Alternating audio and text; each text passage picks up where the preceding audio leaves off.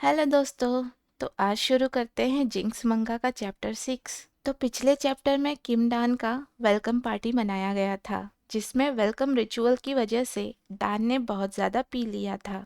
जैक्योंग उसे घर छोड़ने के लिए जाता है। डान ऐसी जगह रहता था जहां कार आगे नहीं जा सकती थी, इसलिए जैक्योंग उसे अपने कंधे पर लेकर जाता है। डान का घर काफी ऊंची जगह पर था, वहां काफी सीढ़ियां थी। जैसे ही जैक्योंग दरवाजा खोलकर घर के अंदर जाता है, उसे कुछ बदबू सी आती है। घर में सिर्फ एक ही रूम था, उसमें भी सीलन लगी हुई थी। डान का बेड भी फर्श पर लगा था, चीजें भी काफी बिखरी पड़ी थी। जैक्योंग उसे बेड पर सुला देता है। कहीं से तो पानी भी टपक रहा था। अगले दिन डान काफी बड़े बेड पर सोया हुआ था। ऊपर बहुत बड़ा झालर लटक रहा था और कमरे में भी काफी रोशनी थी। जब डान की आँख खुलती है तो वो सोचता है, मेरे घर में हमेशा से इतनी रोशनी थी क्या? नहीं, ऐसा नहीं हो सकता। मैं कहाँ हूँ? नहीं, क्या ये जैक्योंग का घर है? मैं यहाँ कैसे आया? वो ड्रिंक पीने के बाद क्या हुआ था मुझे कुछ भी याद नहीं। रुको, अगर वो मुझे यहाँ लेकर आया तो? इतना सोचते हुए डान अपनी कमर महसूस करने लगता है। वो फिर सोचने लगता है कि यहाँ दर्द तो नहीं हो रहा,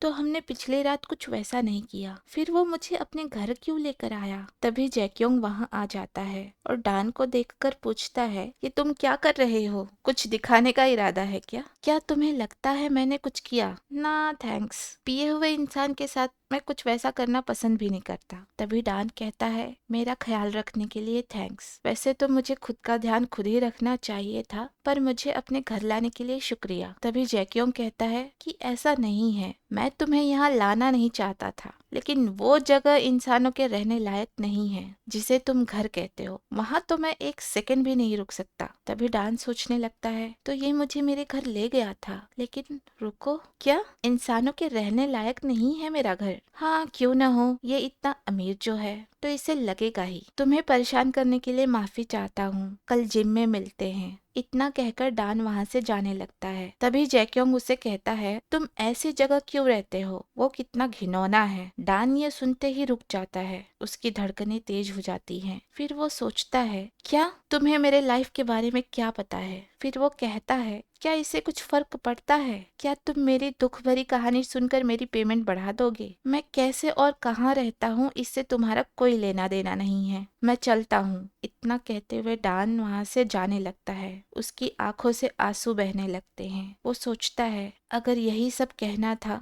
तो तुम मुझे यहाँ लाए ही क्यों? मुझे वही छोड़ देना था ना, इतनी बेइज्जती। तभी जैक्योंग कहता है, क्या परेशानी है?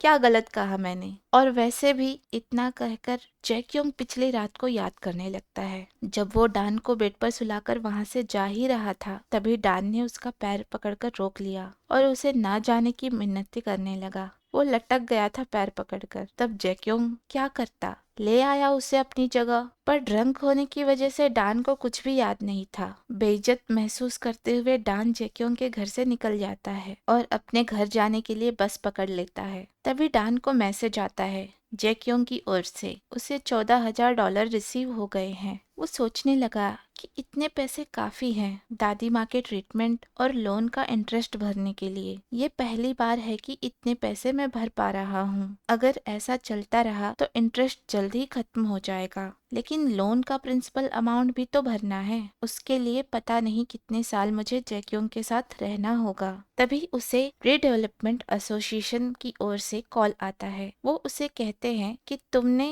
अभी तक मूव नहीं किया, तुम्हें नहीं पता क्या, अगले हफ्ते ही बस्ती की तोड़फोड़ शुरू कर दी जाएगी। डान कहता है, वो तो अगले साल होने वाला था ना, अगले हफ्ते कैसे? फिर वो आदमी कहता है, हमने बहुत से नोटिस भेजे कि शेड्यूल चेंज कर दिया गया है, टेक्स्ट और ईमेल दोनों किए गए हैं, क्या तुमने अभी तक नहीं देखा? तभी डान कहता है, फिर भी ये सब इतना अचानक कैसे? ऐसा भी नहीं है कि मैं अभी पैक करके निकल जाऊं, मुझे थोड़ा टाइम चाहिए। दूसरी ओर डान ये भी सोच रहा था कि इतनी चीजें एक साथ चल रही थी जिसमें मैं बिजी हो गया था और उस वजह से मेल या टेक्स्ट मैं देख नहीं पाया। तभी वो आदमी कहता है, तुम ही लास्ट प्रेसिडेंट बचे हो। अगर तुमने हफ्ते के अंत तक ये जगह खाली नहीं की तो हमारे पास कोर्ट जाने के अलावा और कोई रास्ता नहीं बचेगा। इससे पहले कि और परेशानी बढ़ जाए, तुम घर खाली कर दो। ये कहकर वो फोन रख देता है। एक मुसीबत खत्म नहीं होती कि दूसरी मुसीबत तैयार खड़ी हो जाती है। फिर से डॉन बहुत परेशान हो जाता है। तो आज की कहानी यहीं तक। तो दोस्तों, कहानी कैसी लगी कमेंट करके जरूर बताना। तुम्हारे कमेंट और लाइक करने से मेरे वीडियो को और भी लोगों तक पहुंचने में मदद मिलेगी।